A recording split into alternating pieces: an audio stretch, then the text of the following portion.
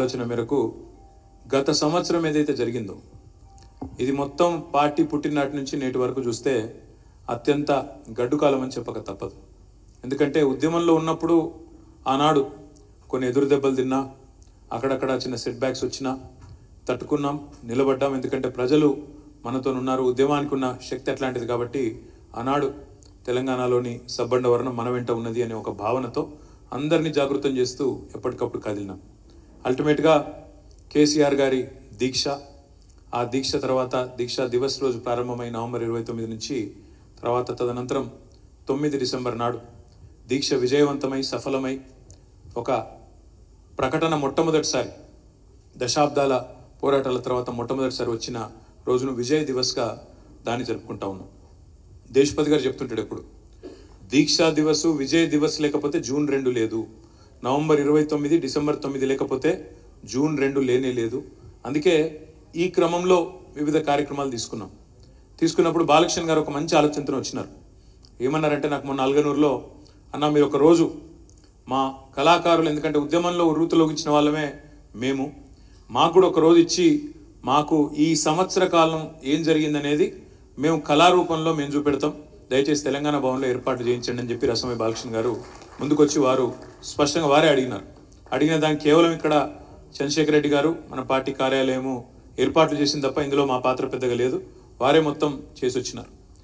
ఇవాళ నిజంగా ఇక్కడ నుంచి నా మొత్తం 22 నిమిషాల నిడివి గల్ల ఆ షార్ట్ ఫిలిం చూస్తుంటే బహుశా టీవీల ద్వారా యూట్యూబ్ ద్వారా రేపు చూడబోయే మిగతా సోదరులకు సోదరిమణులకు కూడా దాదాపుగా బాలకృష్ణ గారికి ఏ అనుభూతి అయితే కలిగిందో, ఇక్కడ కూర్చున్న మనందరికీ ఏ అనుభూతి అయితే కలిగిందో, బహుశా కొద్ది కుడి ఎడుమ క్షేత్రస్థాయిలో చూసే ప్రతి ఒక్కరికి కూడా దాదాపు అదే అభిప్రాయం, అదే ఆలోచన. ఇంత సహజంగా, ఎక్కడ కూడా మెలోడ్రామా లేకుండా, ఎక్కడ కూడా కృతకంగా లేకుండా, ఎక్కడ కూడా అయ్యో ఇదేదో పెట్టినట్టుంది అన్నట్టు కాకుండా చాలా సహజంగా నటించిన ప్రతి ఒక్కరికి కూడా గట్టిగా చప్పట్లతో మనం అభినందనలు కూడా చెప్పాలి. మన ఇళ్లలో ఉండే మన పెద్దమ్మనో మన చిన్నమ్మనో లేదా మన అత్తమ్మనో ఎట్లయితే మాట్లాడతారో అట్లే మాట్లాడుతూ ఊళ్ళల్లో ఉండే వాస్తవ పరిస్థితులను కూడా ఇవాళ స్పష్టంగా కళ్ళకు కట్టినట్టు చూపెట్టిన బాలకృష్ణ గారికి అభినందనలు తెలియజేస్తూ, నిజంగా ఈ సంవత్సరం మనం ఎదుర్కొన్న అత్యంత విషమ సంవత్సరం అని ఎందుకన్నా అంటే, ఒక్కసారి ఆలోచన చేయండి, ఎన్నెన్ని అనుభవాలు, ఎన్నెన్ని ఆటుపోట్లు. శాసనసభ ఎన్నికల్లో అనుకోకుండా మనం ఊహించని విధంగా కాంగ్రెస్ పార్టీ ఇచ్చిన అడ్డగోలు హామీలతోని వారు ప్రజలను కొంత అక్కడ ఇక్కడ మోసం చేసి 420 హామీలు ఇచ్చి 6 గ్యారంటీలని 100 రోజులని రకరకాల మాటలు చెప్పి మొత్తానికి గట్టెక్కినారు. మొత్తానికి మనకంటే 1.8% ఓట్లు ఎక్కువ సాధించినారు. కేవలం 4 లక్షల ఓట్లు, నిజంగా చెప్పాలంటే పోలైన ఓట్లను చూస్తే కేవలం 4 లక్షల ఓట్లు మనకంటే ఎక్కువ వచ్చినాయి. కానీ ప్రజాస్వామ్యంలో ఒక్క ఓటు వచ్చినా వారిదే గెలుపు కాబట్టి వారు గెలిచినారో ప్రభుత్వంలోకి వచ్చినారు. వచ్చిన తర్వాత మనకి వెంటనే మన సారుకు తుంటి ఎముక విరగడం, దాదాపు 3 నెలల పాటు వారు ఆసుపత్రి పాల్గొవడం, ఇదంతా కూడా ఒకవైపు అదొక సవాలు. మరొక వైపు ఇక్కడ పార్లమెంట్ ఎన్నికలు రావడం, అదే సమయంలో మరి కేసీఆర్ గారి కూతురైన మన నాయకురాలు కవిత గారిని అరెస్ట్ చేయడం, 5.5 నెలల పాటు జైల్లో పెట్టడం, తిహార్ తీసుకొని పోయి. ఇంకోవైపు పార్లమెంట్ ఎన్నికల్లో మనకు ప్రతికూల ఫలితం రావడం, మరొక వైపు మన పార్టీ బ్యానర్ మీద గెలిచిన ఎమ్మెల్యేలు 10 మంది మనం విడిచిపెట్టి పోవడం. నిజానికి ఇంకో పార్టీ అయితే కుంగిపోతుండే, ఇంకో పార్టీ అయితే ఈ దెబ్బలకు తట్టుకోలేక శరణుజొచ్చి అయ్యో మీకు మాత్రం కాదు అని చెప్పి జావగారిపోతుండే. కానీ పోరాటాల నుంచి పుట్టిన పార్టీ, ఉద్యమాలనే ఉగ్గుపాలుగా మరి ప్రారంభించబడ్డ పార్టీ, త్యాగాల పునాదుల మీద మత్స్యనాచారి గారి మాటలో చెప్పాలంటే పదవీ త్యాగంతో ప్రారంభమై ప్రాణత్యాగం చేస్తానని చెప్పి సిద్ధపడి చివరికి రాష్ట్రాన్ని సాధించిన పార్టీ కాబట్టే కేసీఆర్ గారి నాయకత్వంలో గత సంవత్సర కాలంగా కూడా వారిని స్ఫూర్తిగా తీసుకునే ఇవాళ నిటారుగా నిలబడ్డారు.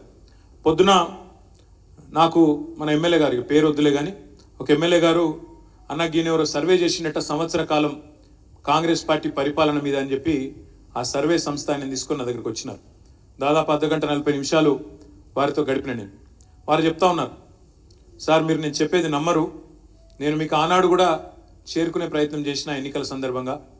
ఆ రోజు కొద్దిగా మీ పార్టీ పరిస్థితి బాగలేదు అని చెప్పడానికి నేను ప్రయత్నం చేసిన, కానీ అప్పట్లో నేను కుదరలేదు మీతో కలవడం. కానీ ఈరోజు నేను సంవత్సరం తర్వాత మీ దగ్గరికి ఈ ప్రభుత్వం యొక్క పనితీరు తీసుకొని వచ్చినా అని చెప్పి వారు విశ్లేషణాత్మకంగా చెప్తా ఉండే. మనల్ని విడిచిపోయి ఏ 10 మంది ఎమ్మెల్యేలు అయితే పోయినారో, కాంగ్రెస్ పార్టీలో చేరినారో, వారి నియోజకవర్గాల్లో కూడా ఇప్పుడు ఉప ఎన్నికలు వస్తే ఎట్లా ఉంటుంది అక్కడ కూడా సర్వే చేసినాడు. 68,000 శాంపిల్తోనే ఆయన సర్వే చేసిన దగ్గర తీసుకొని వచ్చి చూపెడతా ఉండే. ఇక నేను దాని వివరాలు మీకు చెప్పాను కానీ, ఎందుకంటే ఆయన టీవీలో కూర్చొని చెప్తా సార్ నేను అన్నాడు, ఆయన చెప్పుకొని. కానీ ఆయన చెప్పిన మాట ఏంటంటే, ప్రభుత్వం మీద సర్వసాధారణంగా 3 ఏళ్ల తర్వాత 4 ఏళ్ల తర్వాత కోపం వస్తుంది సార్ ప్రజలకు. ఎందుకంటే చూస్తారు మనోళ్ళు చాలా మంచోళ్ళు, ఓపిక గల్లోళ్ళు తెలంగాణ వాళ్ళు. ఎందుకంటే చేస్తారేమో, అవుతుందేమో, ఇస్తారేమో అనే కొంత ఓపిక పట్టే గుణం మనకు ఉంటుంది. ఎందుకంటే మన మీద దౌర్జన్యం చేసిన వాళ్ళనే దశాబ్దాలు ఓపిక పట్టినాం, గంత మంచోళ్ళు మనోళ్ళు. కానీ ఈ ప్రభుత్వం మీద మాత్రం సంవత్సరం లోపలనే తిరగకుండానే మెజారిటీ ప్రజలకు మాత్రం మనసు విరిగింది సార్. మీరు ఏదైతే సంవత్సర కాలంగా కేసీఆర్ గారి నాయకత్వంలో పోరాటాలు చేస్తున్నారో, ఇటు న్యాయపరంగా కానీ అటు ప్రజాక్షేత్రంలో కానీ చేస్తున్నారో, దీన్ని తప్పకుండా కొనసాగించండి.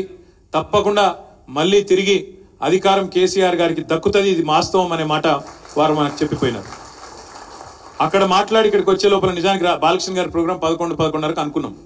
ఇక్కడికి వచ్చే వరకు తెలంగాణ భవన్ పరిస్థితి ఎట్లయిపోయిందంటే, నిజంగా చెప్తున్నా, ఇది నేనేదో అతిశయోక్తి కాదు నేను చెప్పేది, మీకు కూడా తెలుసు, నాకు కూడా తెలుసు. ఇలా గాంధీ భవన్ ఏమో బోసిపోతున్నది, తెలంగాణ భవన్ ఏమో నిత్యం ఇక్కడ కలకల్లాడుతూ ఉన్నది. మా చంద్రశేఖర్ అని ఎట్లా నడుపుతున్నా నాకు తెలియదు కానీ, పాపం మొన్నటిదాకా శ్రీనివాసరెడ్డి గారు, ఇప్పుడు చంద్రశేఖర్ రెడ్డి గారు బ్రహ్మాండంగా నడుపుతా ఉన్నారు. ఇక్కడికి రాగానే మొదలు అడ్డుకుంచుకపోయినారు ఆ రూమ్లకు. ఎవరు వీరంటే మొత్తం లగచర్ల గిరిజన ఆడబిడ్డలందరూ వచ్చిండ్రు.